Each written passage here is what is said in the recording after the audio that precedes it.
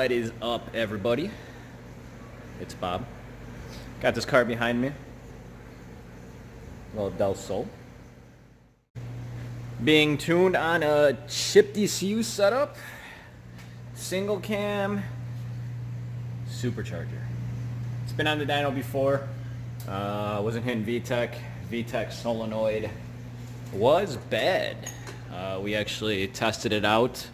Had a replacement VTEC solenoid on our shelf. So we got that going on. Right now it's fully tuned on 90, 91, 92, whatever octane gas was in here. We are going to put in some E85. Tank's been drained. Got to get underneath there, put the drain bolt back in.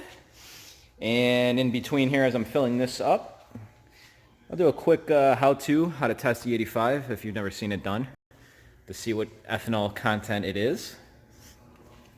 Right now, this thing's not making unreal horsepower. You don't make a lot of power on a single cam with the Jackson Racing Supercharger. You just don't. It is what it is. So we're gonna try to squeeze out a little bit more on E85. He's got a gnarly transmission noise. It's either input shaft bearing or the throwout bearing. Clutch is pretty much done. There's not much clutch life. It's at the top of the travel. I believe he also has a transmission issue as well. I believe the noise we're hearing is the input shaft bearing, possibly a combination of the input shaft bearing and the throwout bearing. So yeah, we got that going on. I'll get a video of here doing a pull on it. We're shooting for,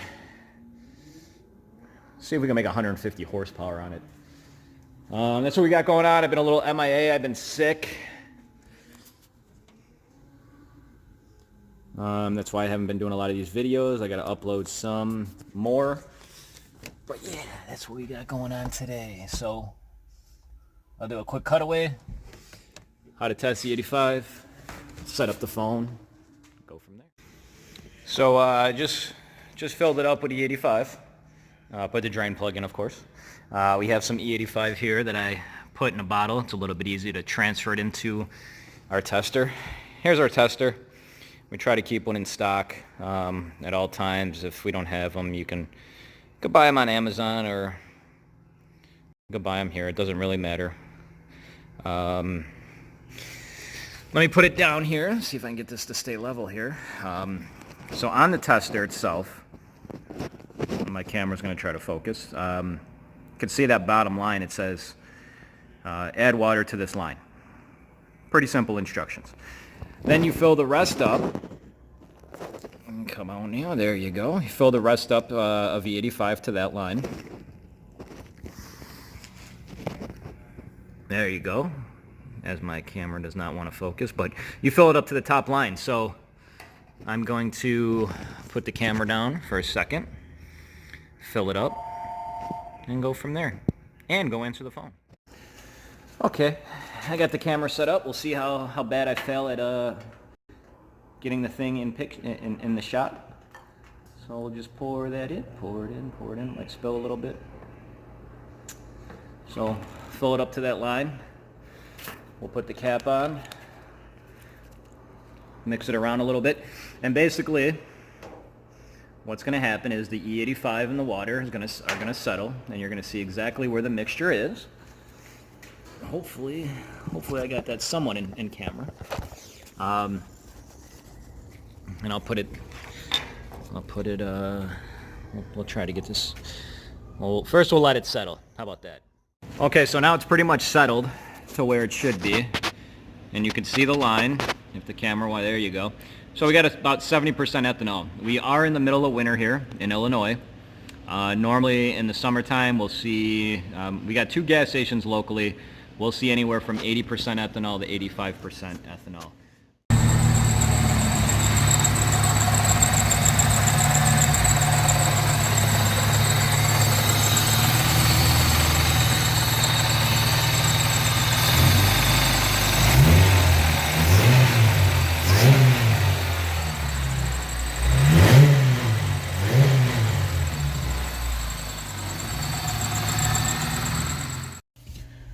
One thing I forgot to mention, I thought was kind of cool.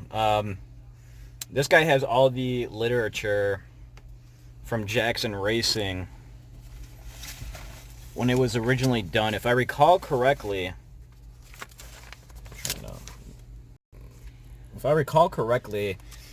this car was originally done at Jackson Racing, and I think the customer was telling me, or I read it somewhere, back in the day these were running on an FMU. That was the way to control the fuel. That was the tuning device. If you're not familiar with an FMU is, go do a Google search really quick. Ancient, old school technology. One of the things that I believe this customer told me was Jackson Racing actually installs resistors in line to the intake air temperature sensor, so the car always thinks that it's sucking in colder air, and the computer will adjust the fuel in that too. I mean, that's when your car is colder, or your car thinks it's colder or sucking in colder air, it's going to adjust and give it more fuel. So that was just a little pretty interesting thing. So the cool thing here is he has all the, this is the old literature, and looking back at one of the invoices, and I don't want to pull over the invoices because it's got personal information on there, but the one invoice is actually from 1996, which is just pretty cool. I mean, it's just pretty cool that this is saved. Here's the catalog that he probably got. Let's see what else here. Yeah, I mean, these receipts literally are from Jackson Racing. Let's see here.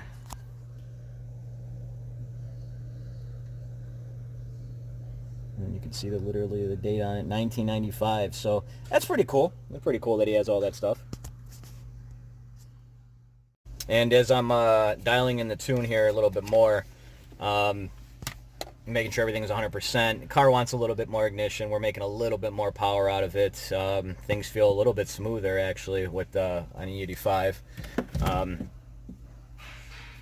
The transmission, as I told the customer too prior, that it sounds bad. It almost sounds like it's almost sounds like a tank.